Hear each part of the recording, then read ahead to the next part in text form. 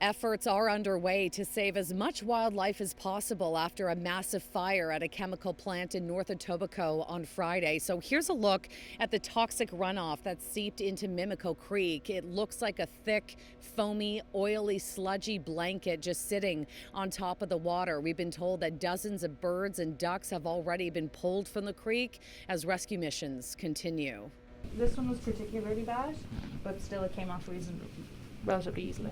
Teams with the Toronto Wildlife Centre have been on the ground since Saturday morning, pulling waterfowl from the creek. We're being told at least 4 ducks did not survive, and well over 50 have now been rescued. Our cameras were invited inside while one was being scrubbed down. Because it's all over their feathers, it ruins their waterproofing, and they're water birds.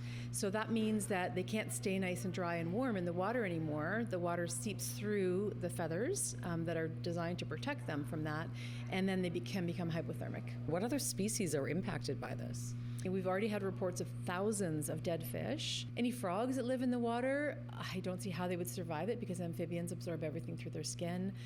Water snakes, turtles, muskrats, beaver. Just hours after the fire at the Vulcan Street chemical plant was deemed under control, it was clear that runoff was going to be an issue. The facility that caught fire stores petroleum-based products like motor oil and transmission fluid, and by Friday evening, the creek was contaminated.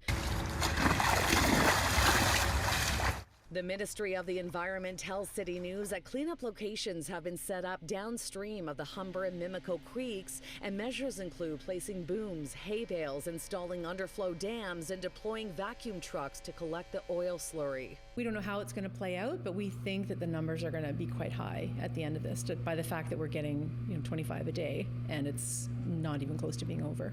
I don't think we're ever going to 100% know the true impact. I think that a number of animals that die are just simply never going to be found. Samples have been taken from the creeks and analysis is underway. The ministry also says that the Humber River and Lake Ontario do not appear to be affected, and there is no threat to drinking water. As for the ducks that have been rescued, I'm being told that they will be brought back here to their natural homes once it's safe to do so. In Etobicoke, Shauna Hunt, City News.